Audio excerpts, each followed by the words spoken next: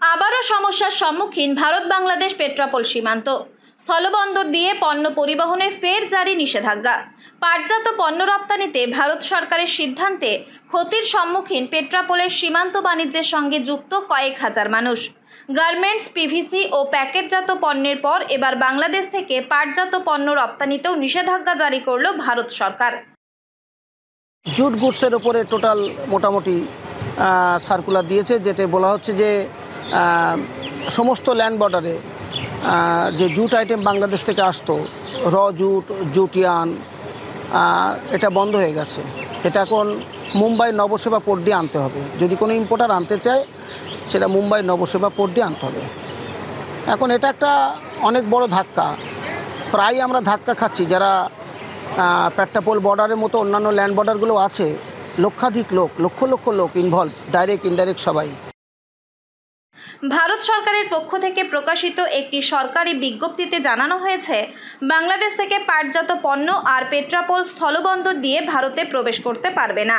এই নিষেধাজ্ঞার জেরে সীমান্তে ইতিমধ্যেই রপ্তানি বাণিজ্যে প্রভাব পড়েছে। জানা গিয়েছে, এর ফলে বন্ধ হয়ে পড়েছে পণ্যবাহী ট্রাকের যাতায়াত। ক্ষতির মুখে পড়েছেন ব্যবসায়ীরা। Petrapole clearing and forwarding agent Kartik Chakraborty জানান, এই স্থলবন্দর দিয়ে পাটজাত পণ্য রপ্তানিতে নিষেধাজ্ঞার ফলে প্রভাব পড়বে সীমান্ত বাণিজ্যে। তো আগামী দিনে একটা বড় আতঙ্ক আমাদের জন্য অপেক্ষা করছে, যে কদিন আগে গার্মেন্টস গেল, সেটা অন্য পোর্ট দিয়ে যাচ্ছে, ইম্পোর্টাররা কত টাকা নিতে পারছে তাদের ব্যাপার। আর জুট গুডস হচ্ছে বেশিরভাগ ইন্ডাস্ট্রি পশ্চিমবঙ্গে, বিশেষ করে বাংলায়।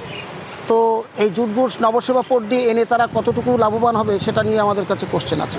সেটা গেল তাদের পার্ট, কিন্তু আমাদের হাজার হাজার লেবার এখানে ইনভলভ আছে, বিভিন্ন বন্দরে তারা কাজ করে।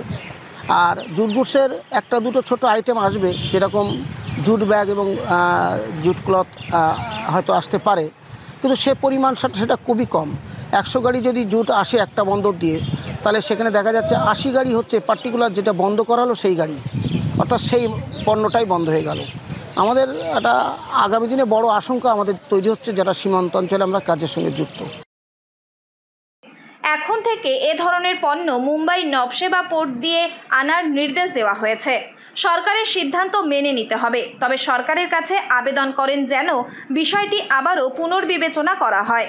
রপ্তানি ব্যবসায়ী মীর আব্দুল হোসেন বলেন, এভাবে বারবার নিষেধাজ্ঞা জারি হলে বাংলাদেশ ভারত দ্বিপাক্ষিক বাণিজ্যে আস্থা কমে যাবে।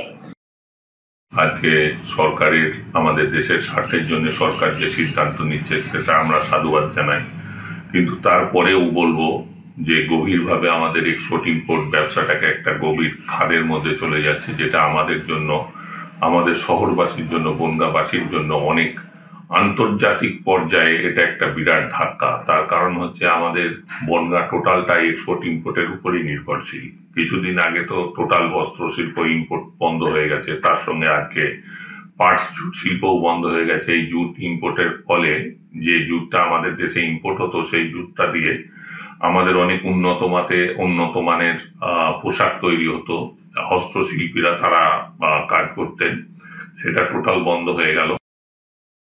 ভারত সরকারের পক্ষ থেকে স্পষ্টভাবে জানানো হয়েছে, পাটজাত পণ্য রপ্তানি করতে চাইলে একমাত্র জলপথই ব্যবহার করতে হবে। তবে তাতে সময় ও খরচ উভয়ই বেশি হওয়ায় আগ্রহ হারাচ্ছে ব্যবসায়ীরা। পেট্রাপোল সীমান্তের ব্যবসায়ী মহলের আশঙ্কা, এই ধরনের নিষেধাজ্ঞা চলতে থাকলে তাদের রুটি রুজিতে ব্যাপক টান পড়বে। উত্তর 24 পরগনা থেকে রুদ্র নারায়ণ রায়ের রিপোর্ট, লোকাল 18 বাংলা।